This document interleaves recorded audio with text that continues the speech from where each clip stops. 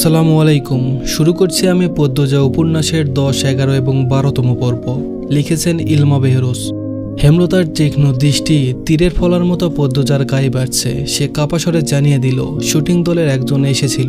হেমলতার ঠোঁট দুটো খেপে উঠল প্রচণ্ড আক্রোশে। পদ্মজা সবাইকে চিনে না, তাই তিনি পূর্ণাকে প্রশ্ন করলেন, পূর্ণা, কে এসেছিল? পূর্ণা 2 সেকেন্ড ভাবল, তারপর নতমুখে বলল, কালো দেখতে চেয়ে মিলন। পদ্মজা আর চোখে পূর্ণার দিকে তাকালো। তার ভয় হচ্ছে, মা যদি এখন বলে মিলন তো তার সামনেই ছিল, তখন কি হবে? পূর্ণা মিথ্যা বলল কেন? সত্য বললেই তো পারত। হেমলতা বিশ্বাস করেছেন নাকি করেননি, দৃষ্টি দেখে বোঝা গেল না। পূর্ণা মাথা নত করে অপরাধীর মতো দাঁড়িয়ে রইল। হেমলতা বারান্দা অবধি এসে আবার ঘুরে তাকালেন। মনটা খসখস করছে, মনে হচ্ছে ঘাপলা আছে, নাকি তার সন্দেহ মনের ভুল ভাবনা, কে জানে। রাতে পদ্মজা খেতে চাইল না। বিকেলের ঘটে যাওয়া ঘটনা তাকে ঘরে রেখেছে। চিঠিটা পড়তে বিন্দুমাত্র ইচ্ছে হচ্ছে না তার, তবুও কেমন কেমন যেন অনুভূতি হচ্ছে, অচেনা অজানা অনুভূতি। পদ্মজার হাবভাব হেমলতার বিচক্ষণ দৃষ্টির অগোচরে পড়ল না।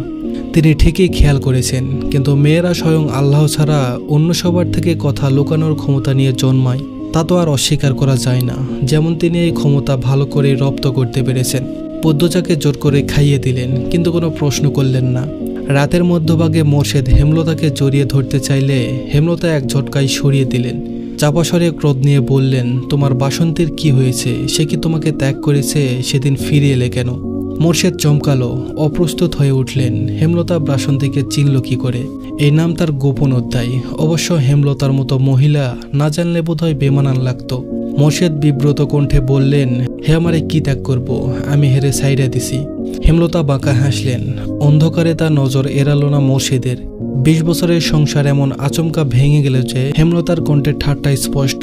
চাপা দীর্ঘশ্বাসটা গোপন রেখে গেল। মোর্শেদের শরীরের পশম দাঁড়িয়ে গেল। এ খবরও হেমলতা জানে?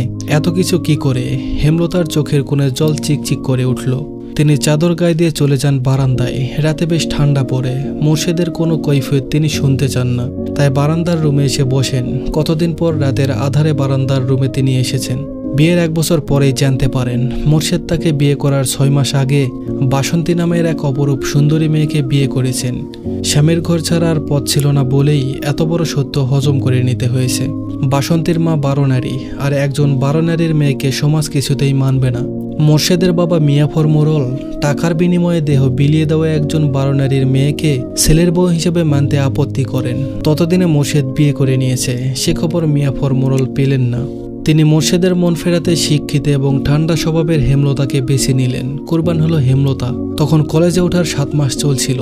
এরপর পড়াটাও আর এগোলো না। জীবনের মোড় করুণ রূপে পাল্টে গেল। পরের দিন সকাল সকাল স্কুলে রওনা হলো তারা। পূর্ণা পথে চিঠিটা পড়ার পরিকল্পনা করেছিল, পদ্মজা হতে দিল না। শেয়ানা 2টা মেয়ের হাতে কেউ চিঠি দেখে ফেললে ইজ্জত যাবে। পূর্ণা পদ্মজার প্রতি বিরক্ত বোধ হলো। চিঠিটা তার কাছে। পথে নতুন করে পরিকল্পনা করলো, সে ক্লাসের বাইরে চিপাই রেখে চিঠি পড়বে, তাও হলো না। তারপর 2 দিন কেটে গেল। সুযোগ পেলেও পদ্মজা পড়তে দিতে চাইতো না। সারাক্ষণ হাতে জান নিয়ে যেন থাকে। এই বুঝে মা এলো। 2 দিন পর মক্ষম সুযোগ পেল। হেমলতা বাপের বাড়িতে গিয়েছে প্রান্ত এবং প্রেমাকে নিয়ে। যদিও কয়েক মিনিটের পথ, দ্রুতই ফিরবেন। পদ্মজার চেয়ে পূর্ণার আগ্রহ বেশি। সে চিঠি খোলার অপেক্ষায় ছিল। আজ খুলতে গিয়ে মনে হলো যার চিঠি তার খোলা উচিত এবং আগে তার পড়া উচিত। তাই পদ্মজার দিকে চিঠি বাড়িয়ে দিল। পদ্মজা চিঠি খুলতে দেরি করছিল বলে পূর্ণা তাড়া দিল, এই আপা খোল না, লজ্জা পাচ্ছ কেন? এটা চিঠি, কারো গায়ের কাপড় খুলতে বলছি না। পদ্মজা চমকে তাকালো, যেন পূর্ণা কাউকে খুন করার কথা বলছে। পদ্মজা বলল, কি সব কথা পূর্ণা? পূর্ণা বলল, আচ্ছা মাপ চাই, আর বলবো না। পদ্মজা ভাঁজ করা সাদা কাগজটা মেলে ধরল চোখের সামনে। প্রথমেই বড় করে লেখা, প্রিয় পদ্মফুল। পূর্ণা পাশে এসে বসল। দুজনে মনোযোগ চিঠিতে। প্রিয় পদ্মফুল, আমি ভেবে উঠতে পারছি না কিভাবে কি বলবো। আজ চলে যাব ভাবতেই বুকে তোলপাড় চলছে। তার কারণ তুমি। যেদিন তোমাকে প্রথম দেখি থমকে গিয়েছিল নিঃশ্বাস, কণ্ঠনালী। এতটুকু মিথ্যে বলিনি। সেদিন শুটিংয়ের সংলাপ বলতে গিয়ে ভুল করেছি বারবার। না চাইতেও বারবার চোখ ছুটে যাচ্ছিল লাহারি ঘরের দিকে। বুকে থাকা হৃৎপিণ্ডটায় শিরশিরে অনুভূতি শুরু হয় সেই প্রথম দেখা থেকেই। প্রতিটা ক্ষণ গুনেছি তোমাকে দ্বিতীয়বার দেখার আশায়। দ্বিতীয়বার দেখা পাই যখন বেগুন নিতে আসো। সেদিন কথা বলার লোভ সামলাতে পারেনি। টমেটোর অজুহাতে শ্রবণ করি পদ্ম ফুলের কণ্ঠ। মনে হচ্ছিল এমন রিনরিনে গলার স্বর আমি শুনিনি। রাতে ঘুম আড়ি করে বসে তোমায় প্রতিনিয়ত দেখার একমাত্র পন্থা তোমার স্কুল। সবার অগোচরে কতবার তোমার পিছু নিয়েছি, তুমি বোকা ধরতেই পারোনি একবারও। সুন্দরীরা বোকা হয়, আবার প্রমাণ হলো। এই রাগ করবে না, বোকা বলছি বলে। জানতে পারি তোমার মায়ের ইচ্ছে তুমি অনেক পড়বে। অনেক উঁচু বংশ থেকে বিয়ের প্রস্তাব এসেছে, তাও তিনি ফিরিয়ে দিয়েছেন। সেখানে আমি অতি সামান্য, তবুও সাহস করে তোমার বাবার কাছে বিয়ের প্রস্তাব দেই। পদ্মফুলটাকে আমি চাই, তিনি রাজি হননি। নায়কের সাথে আত্মীয়তা করবেন না, তাই বললেন তোমার অনেক পড়া বাকি, তোমার মা কিছুতেই রাজি হবে না। আহত মনে দুপা পিছিয়ে আসি। ভেবেছি তোমার কলেজ পড়া শেষ হলে পরিবার নিয়ে বিয়ের প্রস্তাব নিয়ে আসব। তোমার মা সম্পর্কে যা জেনেছি বুঝেছি, তাতে এতটুকু বিশ্বাস আছে, তিনি নায়ক বলে আমাকে এড়াবেন না। তিনি বিচক্ষণ মস্তিষ্কের মানুষ। আমি তোমায় ভালোবাসি পদ্মফুল। ইতি লিখন শাহ। পদ্মজার মিশ্র অনুভূতি হচ্ছে। পূর্ণা হাসছে, ভ্রু উঁচিয়ে পদ্মজাকে বলল, আপারে লেখন ভাইয়ার সাথে তোমাকে যা মানাবে কি সুন্দর করে লিখেছে। পদ্মজা লজ্জায় চোখ তুলতে পারছে না। পূর্ণা বলল, একদম বিয়ের প্রস্তাব দিয়ে দিয়েছে আল্লাহ। পূর্ণা বলল, আপা তুমি কিন্তু বিয়ে করলে লিখন ভাইয়াকেই করবে। পদ্মজা বলল, আর কিছু বলিস না। পদ্মজা মিনমিনে গলায় বলল। পূর্ণা শুনল না, সে অনবরত কথা বলে যাচ্ছে।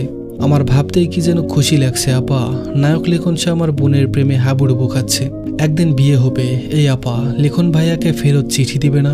পদ্মজা চোখ বড় করে তাকালো, অবাক স্বরে বলল, কিভাবে, ঠিকানা কই পাবো? আর আম্মা জানলে? না না। পূর্ণা আর কিছু বলতে পারল না। হেমলতার উপস্থিতি টের পেয়ে চুপ হয়ে গেল।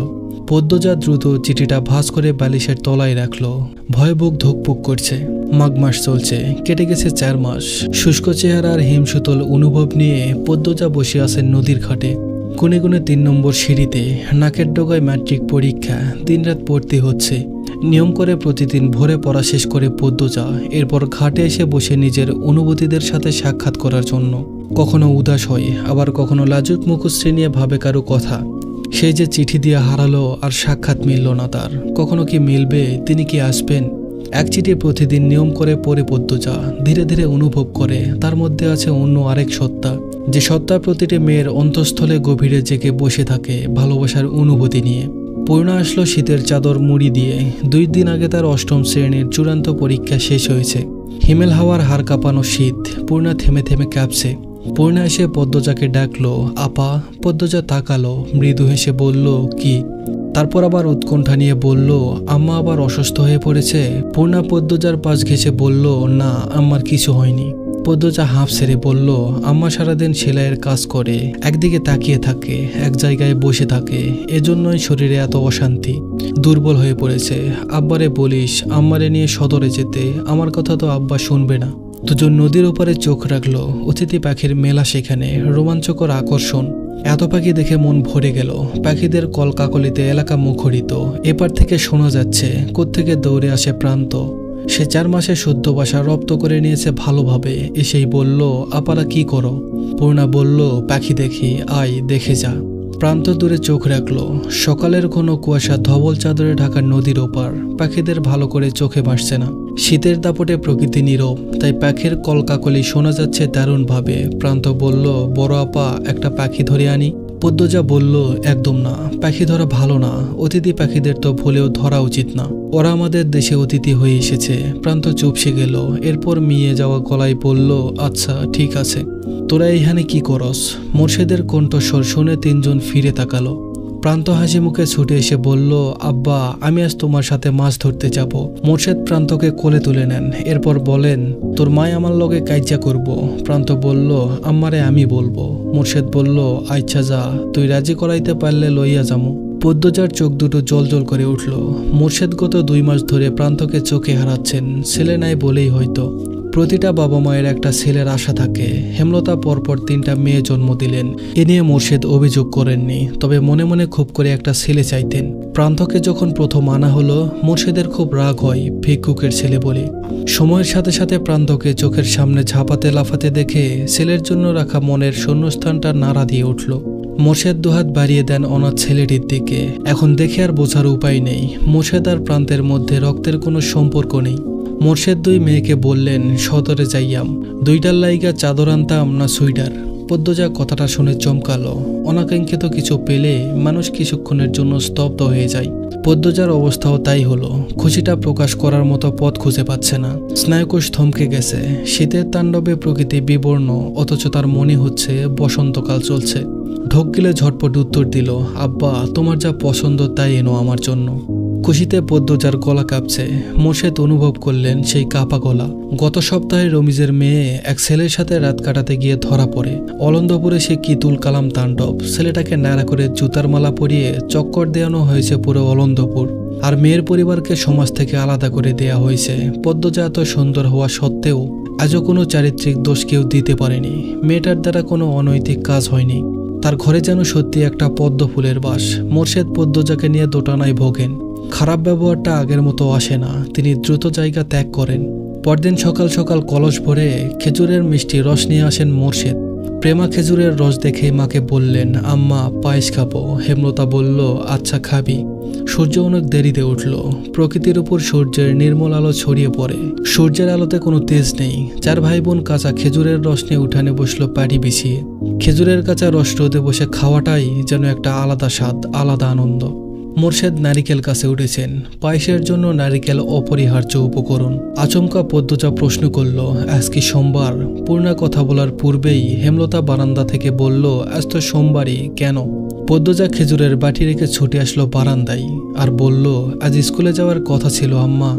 ঝুমা ম্যাডাম বলেছিলেন গুরুত্বপূর্ণ কথা আছে, সবাইকে যেতে বলেছেন। হেমলতা বলল, আমায় বলে রাখতে, সামনে পরীক্ষা, গুরুত্বপূর্ণ দেখে পড়া দিবেন, এজন্য ডেকেছেন। তাড়াতাড়ি যা। এই পূর্ণা, তুইও যা।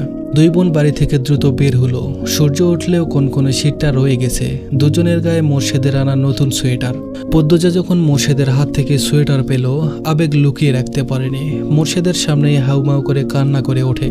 মোর্শেদ অপ্রস্তুত হয়ে বাড়ি থেকে বেরিয়ে যান। ফিরেন অনেক রাত্রে। পূর্ণা বলল, আব্বার পছন্দ ভালো তাই না আপা? পদ্মজা বলল, কিসের পছন্দ? পূর্ণা বলল, সোয়েটারগুলো কি সুন্দর। পদ্মজা হাসলো। সামনের কটি দাঁত ঝিলিক দিল। হাতের ডান পাশে ধানক্ষেত। ধান গাছের ডগায় থাকা বিন্দু বিন্দু জমে থাকা শিশির রোদের আলোয় ঝিকমিক করছে। অনেকে হাতে কাঁচি নিয়ে প্রস্তুতি নিচ্ছে ধান কাটার। বাতাসে নতুন ধানের গন্ধ। হঠাৎ পূর্ণা চেঁচিয়ে উঠল, আপারে লিখুন ভাই। পদ্মজার নিঃশ্বাস গেল থমকে। মুহূর্তে বুকের মাঝে শুরু হলো তাণ্ডব। পূর্ণার দৃষ্টি অনুসরণ করে পিছনে তাকালো পদ্মজা। লিখন ব্যস্ত পায়ে এদিকে আসছে, পাশে মগা। পদ্মজা অজানা আশঙ্কায় চোখ ফিরিয়ে নিল। পূর্ণাকে বলল, এখানে আর এক মুহূর্তও না। কথা শেষ করে পদ্মজা স্কুলের দিকে হাঁটা শুরু করলো। পূর্ণা অবাক হয়, কিন্তু এ নিয়ে রাগ করল না। লেখন পেছন পেছন আসছে। পদ্মজার বুক কাঁপছে বিরতহীনভাবে, চাহনি অশান্ত।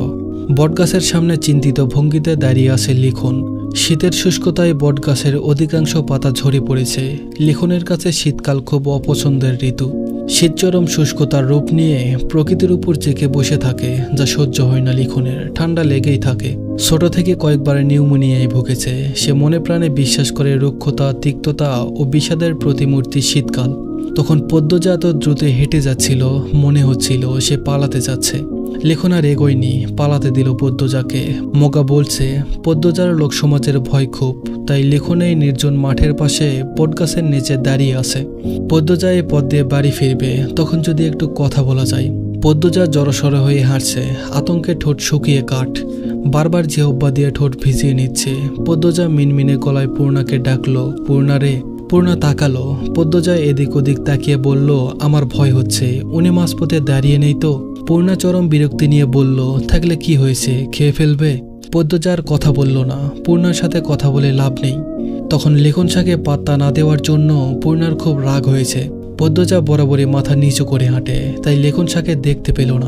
পূর্ণা দূরে থেকে দেখতে পেল, কিন্তু এবার আর আগে থেকে বলল না পদ্মজাকে। সে উত্তেজিত হয়ে পড়ে, ভাবে লেখন শাহ যখন আপার সামনে এসে দাঁড়াবে কি যে হবে। লেখন পদ্মজার দূরত্ব মাত্র কয়েক হাত। তখন পদ্মজা আবিষ্কার করলো লেখনের উপস্থিতি। ওড়নার ঘোমটা চোখ অব্দি টেনে নেয় দ্রুত। ভয়ে লজ্জায় সর্বাঙ্গে কাঁপন ধরে। লেখনের পাশ কাটানোর সময় পুরুষালী একটা কণ্ঠে ডেকে উঠল, পদ্ম। পদ্মজা দাঁড়াতে চায়নি, তবুও কেন জানে দাঁড়িয়ে গেল। লেখন দুই পা এগিয়ে আসলো। পূর্ণার ঠোঁট টিপে সেই দৃশ্য গিলছে। লেখন উসখুস করছে, কথা গুলিয়ে ফেলেছে। পদ্মজা লেখনকে পিছনে ফেলে সামনে এগিয়ে গেল। লেখন হতভঙ্গ হয়ে তাকিয়ে দেখল পূর্ণা বলল, আমাকে বলুন, আমি বলে দিব।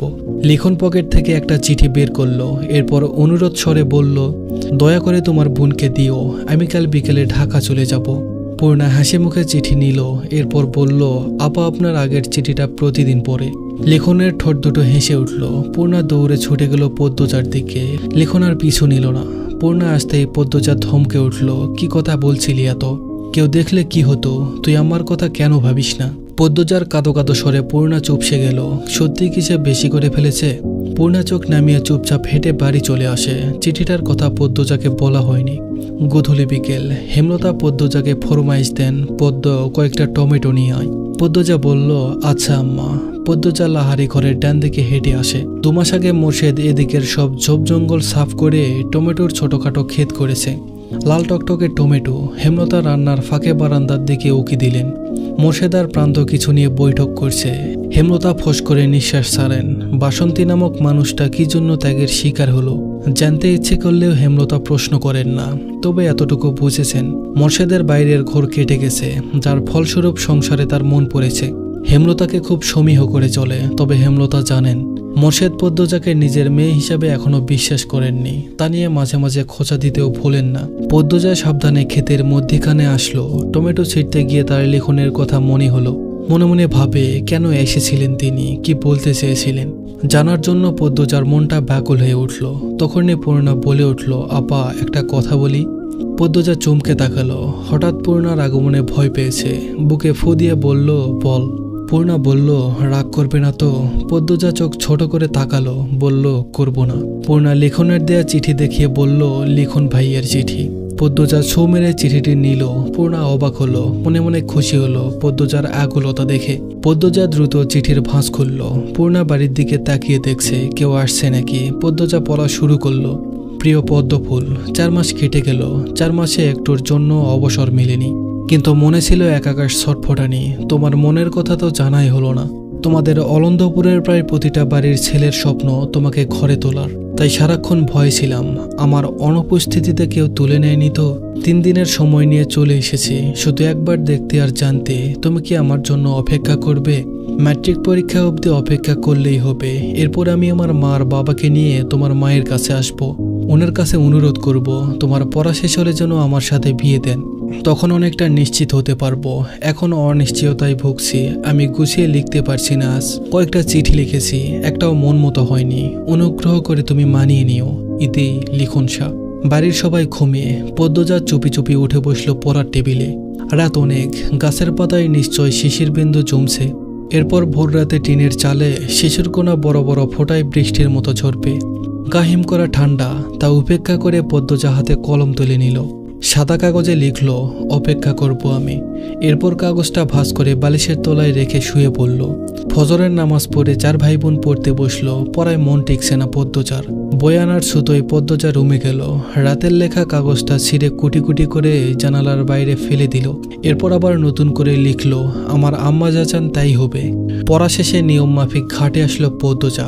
হাতের মুঠোয় 3টা চিঠি, 2টো লিখনের, একটা তাল লেখা। পূর্ণা পাশে। প্রেমাপ্রান্ত বাড়ি জুড়ে ছুটাছুটি করছে। সামনে কোনো কিছু ঠিকমতো দেখা যাচ্ছে না, সবকিছু অস্পষ্ট। কুয়াশার স্তর এত ঘন যে দেখে মনে হচ্ছে সামনে কুয়াশার পাহাড় দাঁড়িয়ে আছে। সেই পাহাড় ভেদ করে একটা নৌকা এসে ঘাটে ভিড়ে। নৌকায় লিখন শাহর মগা। আকস্মিক ঘটনায় পদ্মজার পিল উঠল চমকে। পালানোর মতো শক্তিটুকু পায়নি। লিখন মায়াভরা কণ্ঠে পদ্মজার উদ্দেশ্যে বলল, আমি বাধ্য হয়ে এসেছি, আজ বিকেলে চলে যাব। মগা বলল, প্রতিদিন সকালে ঘাটে নাকি বসো তুমি, তাই এসেছি। পদ্মজা মনে মনে সূরা ইউনুস পড়ছে। ভয়ে বুক দুরু দুরু করছে। মা দেখে ফেললে কি হবে, বা অন্য কেউ। একটু সাহস জোগাতেই নিজের লেখা চিঠি সিঁড়িতে রেখে পদ্মজা ছুটে গেল বাড়িতে। পূর্ণা বড় বড় চোখে শুধু দেখল। লিখন নৌকা থেকে নেমে চিঠিটা হাতে তুলে নিল। ভাঁজ খুলে একটা লাইন শুধু পেল। লিখনের মুখে বিষাদের ছোঁয়া নেমে আসে। পূর্ণার কৌতূহল হলো চিঠিতে কি লেখা আছে জানার জন্য। তবে তা প্রকাশ করল না, শুধু বলল, আপা আপনার কথা প্রতিদিন ভাবে। 1996 সাল। পদ্মজা থমকে থমকে কাঁপছে। হাঁটুর উপর মুখ লুকিয়ে রেখেছে। তুষার কালো চাদর তার গায়ে টেনে দিল। পদ্মজা চোখ তুলে তাকালো। বিষাদ ভরা কণ্ঠে বলল, সেদিন আমার লেখা প্রথম চিঠিটা কুটি কুটি কেন করেছি জানি না।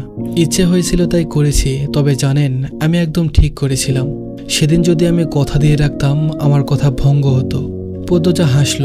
তুষার এক দৃষ্টিতে তাকিয়ে রইল পদ্মজার দিকে, এরপর বলল, লিখনের সাথে আর দেখা হয়নি? পদ্মজা হাতের কাটা অংশে ফু দিয়ে বলল, হয়েছিল। তুষার বলল, তাহলে কথা ভঙ্গ হতো কেন বললেন? পদ্মজা তুষারের দিকে তাকালো, এরপর আবার হাঁটুতে মুখ লুকালো। 1 মিনিট, 2 মিনিট, 3 মিনিট করে 10 মিনিট কেটে গেল। পদ্মজার সাড়া নেই। তুষার ডাকলো, পদ্মজা শুনতে পাচ্ছেন? আপনার কি কষ্ট হচ্ছে? মুখ তুলে তাকান। পদ্মজা ছলছল চোখে তাকালো। তুষার উদ্বিগ্ন হয়ে বলল, কি সমস্যা হয়েছে? তুষারের প্রশ্ন অগ্রাহ্য করে পদ্মজা ভেজা কণ্ঠে বলল, আমার আম্মা আমার সাথে কেন বিশ্বাসঘাতকতা করলো? তুষার চমকালো। হেমলতা নামের মানুষটার সম্পর্কে যা জানলো তাতে তার নামের সাথে বিশ্বাসঘাতকতা শব্দটা যায় না। পরপরই নিজেকে সামলে নিল। এমনকি শত শত আছে ভালো মানুষের খারাপ রূপ। তুষার সাবধানে প্রশ্ন করল, কি করেছেন তিনি? পদ্মজা উত্তর দিল না। ফ্লোরে শুয়ে পড়ল, চোখ বুঝল। তুষার গোপনে দীর্ঘশ্বাস ছাড়ল। পদ্মজা এখন আর কিছু বলবে না, সে ক্লান্ত। অতীত হাতড়াতে গিয়ে মনের অসুস্থতা বেড়ে গেছে তার। তুষার পদ্মজার মুখের দিকে তাকালো। আঁচল সরে গেছে বুক থেকে। চাদরের অংশ ফ্লোরে পড়ে আছে। তুষার চাদরটা টেনে দিতে গিয়ে আবিষ্কার করলো পদ্মজার গলায় কালো খয়েরি মিশ্রণের কয়টা দাগ, গলা টিপে ধরার দাগ। তুষার হুঙ্কার ছাড়ল, ফাহিমা।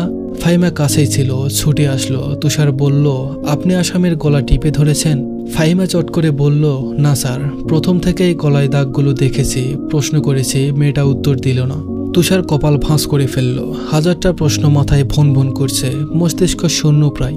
পদ্মজা যতটুকু বলেছে তার পরবর্তী 7 বছরে কি হয়েছে তা না জানা অবধি শান্তি মিলবে না। মাথা কাজ না করলে তুষার সিগারেট টানে, তাই বেরিয়ে গেল।